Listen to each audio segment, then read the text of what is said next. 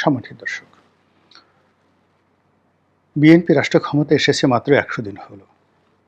প্রধানমন্ত্রী হিসেবে তারেক রহমান এই অল্প সময়ের মধ্যে চমক সৃষ্টি করার জন্য নানা রকম কর্মকাণ্ড করে যাচ্ছেন। কিন্তু অবাক করার ব্যাপার হলো তিনি যা কিছুই করছেন, যা কিছু বলছেন, তার এবং তার যারা উপদেষ্টা সবার একটা ধারণা যায় এতে করে জনগণ খুব খুশি হবেন, জনগণ প্রশংসা করবে এবং সরকারের প্রতি সন্তুষ্ট থাকবে। কিন্তু প্রায় সব ক্ষেত্রে হিতে বিপরীত হয়ে যাচ্ছে। একটা একটা করে বলবো, কিন্তু তার আগে বলে নিই যে এই অল্প কয়েকদিনের মধ্যে সরকারের বিরুদ্ধে যে সকল ঘটনা ঘটে যাচ্ছে এটা নজিরবিহীন। এই বাংলাদেশে ৩ মাসের এই সরকারের বিরুদ্ধে এতটা অনাস্থা, এতটা অস্থিরতা, এতটা অবিশ্বাস এবং প্রতিপক্ষ যারা আছে তারা প্রথম দিন থেকে এই সরকারকে ব্যর্থ করার যে চক্রান্ত চালিয়ে যাচ্ছে, এটা একমাত্র খন্দকার মোশতাকের যে সরকার ছিল সেই সরকার ছাড়া অন্য কোনো সরকারের ক্ষেত্রে ঘটেনি। আমাদের দেশের সরকারকে সাধারণত একটা হানিমুন পিরিয়ড দেওয়া হয় ৬ মাসের জন্যে। যারাই এ যাবৎকালে ক্ষমতায় এসেছে ৬ মাস জনগণ চুপচাপ থেকেছে। ১ বছর পর ধীরে ধীরে তারা মুখ খোলার চেষ্টা করেছে। বঙ্গবন্ধু, জিয়াউর রহমান, এরশাদ, এরপরে যারাই ক্ষমতায় এসছে, ইভেন একাগারের সময়, ইভেন ডক্টর মোহাম্মদ ইউনূস, সব ক্ষেত্রে কিন্তু জনগণ ৬ মাস কোনো কথা বলেনি আর ১ বছর ধৈর্য ধারণ করেছে। কিন্তু এবার যেটা হলো যে একেবারে ফ্রম দ্য ডে ওয়ান, প্রথম দিন থেকে বিএনপি সরকারের সমালোচনা হচ্ছে, টিটকারি হচ্ছে, ঠাট্টা হচ্ছে, মশকরা হচ্ছে, ট্রল হচ্ছে। ক্ষেত্র বিশেষে নির্মম এবং নিষ্ঠুর বেইজ্জতিমূলক কর্মকাণ্ড ঘটে যাচ্ছে। সব কথা বলবো না, বাধা নেই, কিন্তু বলাটা ঠিক হবে না। সম্মানিত লোকের সম্মান প্রদর্শন করা বা সম্মান দেওয়া এটা উচিত। যারা দিচ্ছে না সেটা তাদের ব্যক্তিগত ব্যাপার, কিন্তু এই বিষয়গুলো আবার যদি ওই অসম্মানিতভাবে প্রচার করা হয়, ওই দায়-দায়িত্ব যারা প্রচার করেন তাদেরও কিছুটা থেকে যায়। এজন্য আসলে সব কথা বলা যাবে না। শিরোনামে যেটা বলছি যে সরকারের ১২টা বেজে যাচ্ছে। কেন ১২টা বেজে যাচ্ছে? ফ্রম দ্য ডে ওয়ান সরকারের বিরুদ্ধে যে চক্রান্তগুলো চলছে, এটা রাজপথে কোনো দৃশ্যমান মিছিল নাই, মিটিং নেই। দৃশ্যমান কোনো বিপ্লব নেই, কোনো বিক্ষোভ বা নেতিবাচক কোনো চক্রান্ত নেই। কিন্তু যে সর্বনাশী কাণ্ডগুলো ঘটছে সেটা হলো একটা সাংস্কৃতিক বিপ্লব হয়ে যাচ্ছে। পাকিস্তান জমানা থেকে আমরা দেখেছি যে রাজপথ গরম করার আগে একটা সাংস্কৃতিক বিপ্লব হয়। সে বিপ্লবের একেবারে প্রথম ধাপ ছবি আঁকে, কার্টুন আঁকে, যেটিকে আমরা এখন গ্রাফিতি বলি। এটি আপনাদের মনে আছে যে ইয়াহিয়া খানের গোলাম আজমের যে বিকৃত ছবিগুলো আঁকা হয়েছিল এবং তার প্রেক্ষিতে একটা ৬৯-এর গণ অভ্যুত্থান হয়ে গিয়েছিল। আপনি যদি এরশাদ সাহেবের বিরুদ্ধে দেখেন, তার পতনের আগে তাকে কেন্দ্র করে গান হয়েছে, গ্রাফিতি হয়েছে, তার অনেকগুলো বাজে উপাধি হয়েছে। তার মধ্যে একটা ছিল বিশ্ব বেহায়া, স্বৈরাচারী বিশ্ব বেহায়া, এবং তার অনেকগুলো বিকৃত কার্টুন তৈরি করা হয়েছিল। একইভাবে পরবর্তী যে সরকারগুলো, ধরুন সেই যে ২০০১ সন থেকে ২০০৬, সেখানে তারেক রহমান সাহেবকে, হাওয়া ভবনকে এবং আরও সংশ্লিষ্ট অন্তত ১০ জন লোককে যেভাবে পোর্ট্রেট করা হয়েছিল সেটি বিএনপি সামাল দিতে পারেনি। আওয়ামী লীগের অবস্থাও একই। সেটা ২০০৯ থেকে একদম যাকে বলা হয় ২৪ পর্যন্ত, কিংবা ৯৬ থেকে ২০০১ পর্যন্ত। প্রতিটি সরকারের পতনের আগে একটা সাংস্কৃতিক বিপ্লব হয়। প্রথমে ছবি আঁকা, এরপরে গান রচনা, এরপরে নাটক, এরপরে কবিতা। এরপরে রাজপথ গরম হয়ে যায়। তো সেই দিক থেকে আপনি চিন্তা করুন যে এই মুহূর্তে গত ১০০ দিনে যেটা ডক্টর মোহাম্মদ ইউনূসের প্রথম ১ বছর হয়নি। কিন্তু বিএনপির প্রথম ১০০ দিনের মধ্যে ইন্টারনেটে গালাগালি, তার পরিবার-পরিজন, তার মন্ত্রী পরিষদের পরিবার-পরিজন, তার একান্ত প্রভাবশালী যারা লোকজন রয়েছেন তাদেরকে কেন্দ্র করে নানা রকম দুর্নাম, বদনাম, এআই ব্যবহার করে বিভিন্ন রকম বিকৃত ছবি এগুলো বাদ দেন। কিন্তু যেগুলো intellectual property সেই intellectual property গুলো এখন রীতিমতো ভাইরাল হয়ে পড়েছে।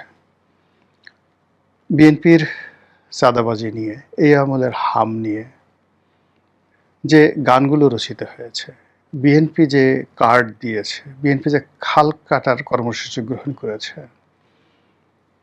বা এই যে তারেক রহমান সাহেব যে কাজগুলো জনগণের তুষ্টির জন্য করছেন, সেই কাজগুলোকে ট্রল করার জন্য যে সকল পুঁথি, যে সকল পুঁথি সাহিত্য, যে সকল কবিতা, যে সকল গীতি কবিতা, এই মানে বিভিন্ন মানুষে ভিডিও আকারে, অডিও আকারে যেভাবে মানে সামাজিক মাধ্যমে ছড়িয়ে দিয়েছে, এটি আনবিলিভেবল, কল্পনাই করা যায় না। যেমন ধরুন তাহেরির একটা জিকির আছে, সেই ডিজে জিকির, এই জিকিরকে নিয়ে অনেকগুলো মেয়ে ছেলে তারা নানাভাবে এটাকে ভাইরাল করেছে। বা দেখা গেল ওই যে হাফিজুর রহমান কুয়াকাটা, তার একটা বক্তব্য ছিল যে এই চুপ কর, কি একটা কথা যেন একটা ছোট বাচ্চা ছেলে বলে এসেছিল জয় বাংলা, তো এরকম ভাইরাল হয়ে গেছে। আর একজন এই মুরব্বী উহু উহু উহু করে একটা বক্তব্য দিয়েছিল একজন, সেটাও ভাইরাল হয়ে গেছে। আর একজন সেই ইসলামী বক্তা, সে বিড়ি টানার মানে যে দৃশ্য দেখিয়েছিল, তারপরে শেষে উহু উহু করে মানে নানা রকম বিকৃত যে জিনিসগুলো, এগুলোর ফলে কি হলো যে দেখুন যে পুরো ওয়াজের যে ময়দান, এটার যেটা ভাব ছিল, গাম্ভীর্য ছিল, ইসলামী বক্তাদেরকে যেভাবে মানুষ সম্মান করত, মর্যাদা দিত, এখন পুরো যে যারাই আছেন এ জগতে, যদি কেউ বলেন আমি ওয়াজ করি, আমি ইসলামী বক্তা, আমি কোনো পীর, আমি কোনো মাশায়েখ, আমি কোনো মানে যাকে বলে হাদিস বিশারদ, কোরআন বিশারদ, এটা সে আগের জমানাতে মানুষের ভক্তি শ্রদ্ধা তো পাচ্ছে না, উল্টো এই যারা ভাইরাল হয়েছেন ওয়াজের বিভিন্ন বক্তব্যে, সেই ভাইরাল বক্তব্যের পর্যায়ে সবাইকে ফেলে দেওয়া হয়েছে।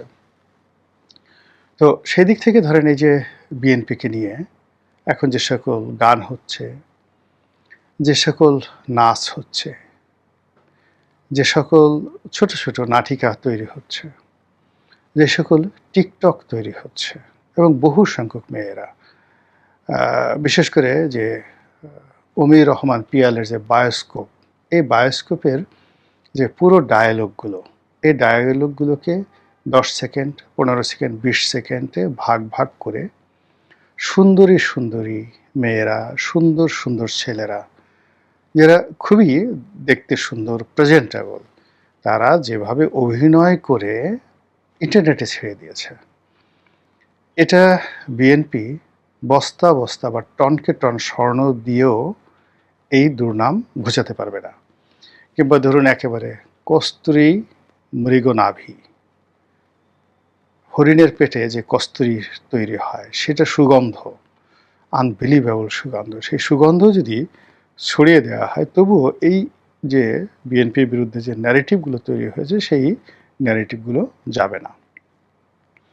বরং এগুলোকে উপলক্ষ করে খুব দ্রুত রাজপথ উত্তপ্ত হয়ে উঠবে। এগুলোকে কেন্দ্র করে বিএনপির মন্ত্রী এমপিদের যে সম্মান মর্যাদা, এগুলো থাকবে না, বরং রাজপথে তাদেরকে অপমান করবে সবাই। সাম্প্রতিক সময় আপনি দেখেন জামাতের একজন সংসদ সদস্য, বিএনপির অন্যতম একজন শীর্ষ নেতা এবং খুবই সম্মানিত একজন নেতা, জনাব শামসুজ্জামান দুদু, প্রকাশ্য টেলিভিশনে ৭১ নিয়ে যে উদ্ধত মন্তব্য করেছে, যেভাবে দুদু সাহেবকে গালাগাল দিয়েছে, যেভাবে দুদু সাহেবকে উত্তেজিত করেছে, এই যে সাহস, এই যে শক্তি, এটা এসেছে মূলত এই যে সমসাময়িক অবস্থার প্রেক্ষিতে বিএনপিকে নিয়ে যে ট্রল হচ্ছে, বিএনপির বিরুদ্ধে যে সাংস্কৃতিক বিপ্লব শুরু হয়ে গেছে, তার প্রেক্ষিতে বিএনপিকে পাত্তা দেওয়া, বিএনপিকে সম্মান করা, আর বিশেষ করে যে সকল নেতাদেরকে বিএনপি তুচ্ছ-তাচ্ছিল্য করেছে, যাদেরকে কোনো পদ-পদবি দেয়নি, অথচ এরাই এখন টেলিভিশনে এসে বিএনপির পক্ষে কথা বলছে। বিএনপির কোনো মন্ত্রী বা এমপি যারা আছেন, তারা কেউ কিন্তু এখন আর টেলিভিশন টক শোতে এসে, পত্র-পত্রিকায় এসে, মিডিয়াতে এসে দলকে রিপ্রেজেন্ট করবে, সরকারকে রিপ্রেজেন্ট করবে এবং জনগণ তাদের কথা শুনবে, এরকম একজন সিঙ্গেল লোক নেই। বাইরে যারা আছেন, ৪-৫ জন যারা লোকজন আছেন, তারা টেলিভিশনে এসে কথা বলেন। তাদের মধ্যে ধরেন আসাদুজ্জামান রিপন, শামসুজ্জামান দুদু, তারা এখনো পর্যন্ত জনপ্রিয় তাদের বক্তব্যগুলো। কিন্তু সমস্যা হলো যে সব লোকজন বলে যে আরে এদের কোনো গুরুত্বই তো নেই। তারেক রহমান সাহেব তাকে জিজ্ঞাসা করে না, কোনো পদ নাই, পদবি নাই, ঘুরে বেড়াচ্ছে, টকশো করে খায়। একে গালি দেওয়া তো অনেক ছোট বিষয়। তাকে গলা ধাক্কা দিলে বা সে কি করতে পারে? তাকে যদি ঘাড় ধাক্কা দিয়ে টেলিভিশন সেন্টার থেকে জামাতের লোক কোনো কেউ বের করে দেয়, তাহলে শামসুজ্জামান দুদুর কি করার আছে? তো এই যে দেখুন যে পরিবেশ এবং পরিস্থিতি ডে বাই ডে নিয়ন্ত্রণের বাইরে চলে যাচ্ছে।